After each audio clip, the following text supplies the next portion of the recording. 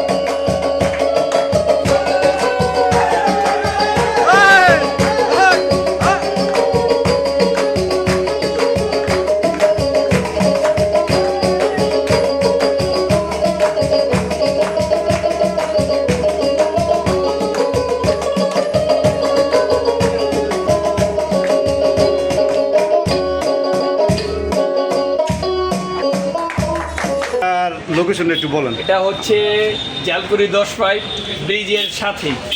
ব্রিজে নামতেই প্রথমে হাতের বামের দোকানটা। দোকানের নামটা কি? দোকানের নামটা হচ্ছে ভাইয়া Shakti food corner. Shakti food corner. Thank you.